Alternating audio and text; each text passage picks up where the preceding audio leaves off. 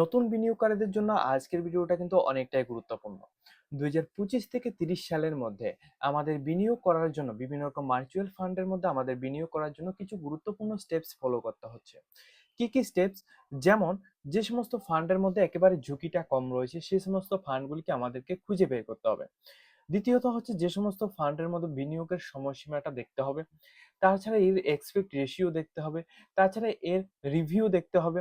তাছাড়া এর যে ধারাবাহিক যে রিটার্ন রয়েছে রিটার্নটা আমাদের দেখতে হবে। তো সমস্ত কিছু দেখেই কিন্তু আমরা একটা ফান্ডকে বেছে নিই আমরা ইনভেস্টমেন্ট করার জন্য। তো আজকের ভিডিওতে আমরা বিগিনার্স যারা রয়েছো তোমরা, বিগিনার্স এর জন্য আমরা কিছু ইনভেস্টমেন্ট প্ল্যান সম্পর্কে বলবো এবং ইনভেস্টমেন্টের কিছু ফান্ড সম্পর্কে আমরা এখানে বলবো, যেগুলির মধ্যে কিন্তু কম ইনভেস্টমেন্টে আপনি এখানে ভালো একটা রিটার্ন পেতে পারেন। তবে এই ইনভেস্টমেন্টটা কিন্তু সম্পূর্ণ লং টাইমের জন্য এখানে থাকছে। নতুন বিনিয়োগকারীদের জন্য একটা গুরুত্বপূর্ণ ফান্ড যেগুলি সম্পর্কে আমরা বলবো, এগুলি সবগুলি ফান্ড কিন্তু 2025 থেকে 2030 অর্থবর্ষের মধ্যে এই ফান্ডগুলির মধ্যে আপনারা এখানে ইনভেস্টমেন্ট করতে পারেন। এর রিটার্নটা কিন্তু খুবই ভালো একটা রিটার্ন আসবে। যেমন এসবিআই ব্লু চিপ ফান্ড, যেটা হচ্ছে একটা ডাইরেক্ট প্ল্যান এবং এটা কিন্তু লার্জ ক্যাপিটাল ফান্ড। ঠিক আছে, লার্জ ক্যাপ ফান্ড এটা। আর এটার নামটা হচ্ছে এসবিআই ব্লু চিপ ফান্ড। এই ফান্ডের যে বৈশিষ্ট্যটা রয়েছে, এই ফান্ডের মধ্যে যে টাকাটা আপনি রাখবেন সেটাকে কিন্তু একটা বড় এবং যে এখানে স্থিতিশীল যে সমস্ত কোম্পানিগুলো রয়েছে ওইগুলি কিন্তু ওই কোম্পানিগুলির মধ্যে কিন্তু এটাকে ইনভেস্টমেন্ট করা হবে। দ্বিতীয়ত হচ্ছে কম ঝুঁকি থাকার এই এই ফান্ডের মধ্যে একেবারে কম ঝুঁকি এখানে থাকে, কিন্তু একেবারেই যে ঝুঁকি নয় এটা কিন্তু নয়, অর্থাৎ এখানে কিন্তু একটা মাঝারি ঝুঁকি কিন্তু এখানে রয়েছে। এখানে সময়সীমা কিন্তু আপনি এখানে 5 বছর, 5 বছর বা তার বেশি এখানে সময়সীমা রয়েছে।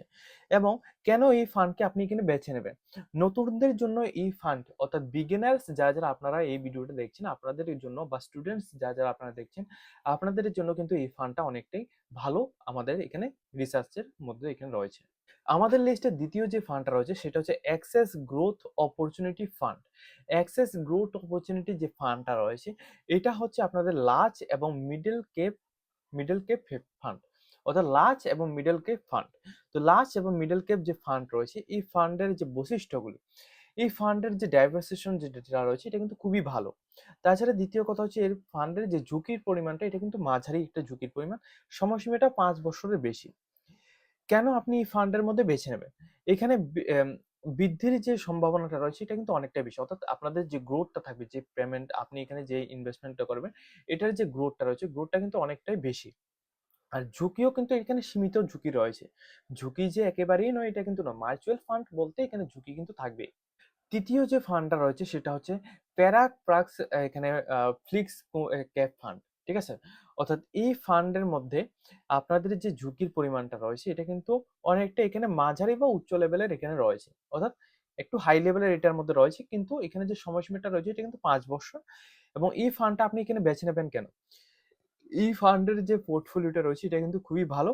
যেহেতু এই ফান্ডের রিস্কটা একটু বেশি, সেজন্য এই ফান্ডের কিন্তু রিটার্নও কিন্তু আপনাদের ওইভাবে এখানে পাবেন। আর এই ফান্ডের মধ্যে আপনারা এখানে যে টাকাটা ইনভেস্টমেন্ট করবেন সেটা কিন্তু ভারতীয় এবং আন্তর্জাতিক যে বিভিন্ন রকম কোম্পানিগুলো রয়েছে ওই কোম্পানিগুলির মধ্যে কিন্তু এটাকে বিনিয়োগ করানো হয় বিভিন্ন ফান্ড ম্যানেজারের মাধ্যমে। তারপর আমাদের লিস্টে 4 নাম্বার যে ফান্ডটা রয়েছে সেটা হচ্ছে আপনাদের এইচডিএফসি হাইব্রিড ইকুইটি ফান্ড।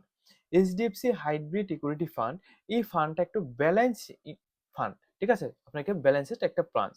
তো এর মধ্যে যে এখানে বৈশিষ্ট্যটা, অর্থাৎ এর ফান্ডের আপনাদের কি কি বৈশিষ্ট্য রয়েছে, যেমন দেখো এখন এটা একটা ইকুইটি ফান্ড। এই যে ফান্ডটি রয়েছে এই ফান্ডের মধ্যে ঝুঁকির পরিমাণটা কিন্তু কম। ঠিক আছে, এই ফান্ডের মধ্যে ঝুঁকির পরিমাণটা একটু কম। তবে এর মধ্যে এখানে তবে এমনটাও নয়, কিন্তু এটা কিন্তু মাঝারি এবং ঝুঁকির পরিমাণটা একটু কম এমন ভাবে এখানে রয়েছে, অর্থাৎ লো এবং মাঝারির মধ্যে আপনার রয়েছে। সময়সীমাটা 3 থেকে 5 বছরের মধ্যে থাকবে। এবং এই ফান্ডকে আপনি এখানে বেছে নেবেন কেন? কেন এই ফান্ডটিকে আপনি এখানে বেছে নিতে পারেন? যারা ঝুঁকি কম এবং বিনিয়োগ করতে চান, যারা ঝুঁকি কম অনুযায়ী আপনি বিনিয়োগ করতে চান এবং আপনি এখানে ভালো রিটার্ন পেতে চান, সেক্ষেত্রে কিন্তু এই ফান্ডটা আপনার জন্য। এরপর আমাদের লিস্টে এখানে 5 নাম্বার যে ফান্ডটা রয়েছে এটা হচ্ছে Nipon India small cap fund. এই যে নিপন ইন্ডিয়া স্মল ক্যাপ ফান্ডটা রয়েছে এটা কিন্তু লং টাইম গ্রোথ, অর্থাৎ এটা আপনার লম্বা সময়ের জন্য আপনাদের এই ফান্ডটাকে রয়েছে। আপনি যদি এখানে খুব ছোট থেকে আপনি এখানে ইনভেস্টমেন্ট করতে চান, আপনি যদি এটাকে লং টার্মের জন্য ইনভেস্টমেন্ট করতে, সেই ক্ষেত্রে কিন্তু এই ফান্ডটা অনেকটাই গুরুত্বপূর্ণ।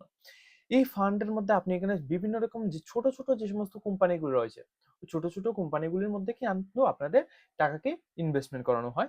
এর মধ্যে আপনার দীর্ঘমেয়াদী অনুযায়ী আপনি এখানে রিটার্নের সম্ভাবনাটা কিন্তু খুবই বেশি।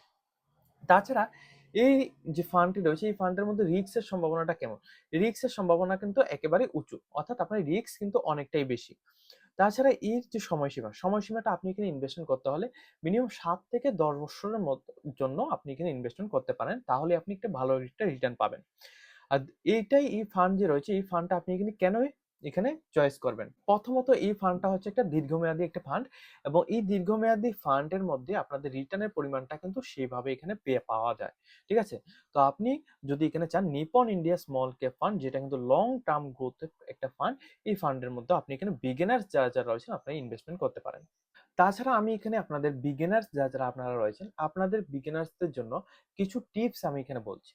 এই টিপসগুলি যদি আপনি ফলো করেন তাহলে আপনার ইনভেস্টমেন্ট জার্নিটা কিন্তু খুবই ভালো হবে। যেমন আপনি এখানে যদি ১ম টাইমে, অর্থাৎ ১ম যদি আপনাদের এখানে আপনার কাছে টাকা না থাকে, সেক্ষেত্রে আপনি এখানে এসআইপি করতে পারেন। ঠিক আছে? সিস্টেমেটিক পেমেন্ট সিস্টেমটা আপনি এখানে ফলো করতে পারেন। এসআইপি এর মাধ্যমে আপনি কিন্তু প্রত্যেক মাসে বা প্রত্যেক উইকে বা প্রত্যেক দিন কিন্তু আপনি একটা টাকা এখানে ফিক্সড করে রাখবেন। সেই টাকাটা কিন্তু আপনার অ্যাকাউন্ট থেকে প্রত্যেকদিন ডিডাক্ট হবে। ঠিক আছে? ডিডাক্ট হয়ে ওই ফান্ডের মধ্যে আপনাদের ইনভেস্টমেন্ট হবে। তো এইটা কিন্তু আপনি এখানে করতে পারেন। এটা কিন্তু ফার্স্ট। দ্বিতীয়টা হচ্ছে, আপনি যদি এখানে একটা ফিউচারের জন্য আপনি এখানে ইনভেস্টমেন্ট করতে চান, সেক্ষেত্রে আপনাদের লক্ষ্য রাখতে হবে এই ফান্ড, যে ফান্ডের মধ্যে আপনি এখানে ইনভেস্টমেন্ট করবেন, সেটা কিন্তু লং টার্মের জন্য এখানে রাখবেন। অর্থাৎ আপনি এখানে ২ বছর থেকে ৩ বছরের জন্য ইনভেস্টমেন্ট করলে হচ্ছে না। এখানে আপনি ইনভেস্টমেন্ট করতে হলে মিনিমাম ৫ থেকে ১০ বছরের জন্য আপনি ইনভেস্টমেন্ট করবেন। তাহলে আপনি কিন্তু এখানে ভালো একটা রিটার্ন কিন্তু পাবেন। তাছাড়া আপনি এখানে কোন ফান্ডগুলিকে আপনি বেছে নেবেন? যেগুলি দেখুন, যেগুলি একেবারে ডাইরেক্ট ফান্ড রয়েছে। এই যে ফান্ডগুলি আমি এখানে উল্লেখ করেছিলাম, এই ফান্ডের মধ্যেও কিছু ফান্ড রয়েছে ইনডাইরেক্ট ফান্ড, কিছু ফান্ড রয়েছে ডাইরেক্ট ফান্ড, কিছু আছে স্মল ক্যাপ ফান্ড, কিছু আছে লার্জ ক্যাপ ফান্ড, এমন ভাবে রয়েছে। তো এর মধ্যে যেগুলি ডাইরেক্ট প্ল্যান রয়েছে, ওই প্ল্যানগুলির মধ্যে কিন্তু আপনি এখানে ইনভেস্টমেন্ট করেন, তাহলে আপনার ইনভেস্টমেন্ট জার্নিটা কিন্তু খুবই ভালো হবে।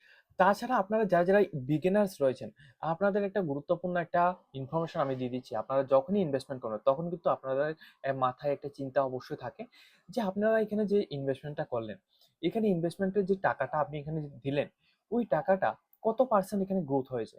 সেটা কিন্তু আপনি প্রত্যেকদিন, যদি আপনি এখানে যে অ্যাপ থেকে আপনি এখানে করুন না কেন, আপনি কিন্তু প্রত্যেকদিন এটা চেক আউট করলে আপনার কিন্তু ইনভেস্টমেন্টের উপর যে ভরসাটা রয়েছে, এটা কিন্তু নিচের দিকে নামবে। তো সেই জন্য আপনি এখানে মাসে, অর্থাৎ আপনি এখানে মান্থলি শুধুমাত্র একবার যে অ্যাপের মধ্যে ইনভেস্টমেন্ট করেছেন, তো যে প্ল্যাটফর্মের মাধ্যমে আপনি ইনভেস্টমেন্ট করেছেন, ওই প্ল্যাটফর্মটা খুলে আপনি দেখে নেবেন যে আপনার পোর্টফোলিও কেমন রয়েছে।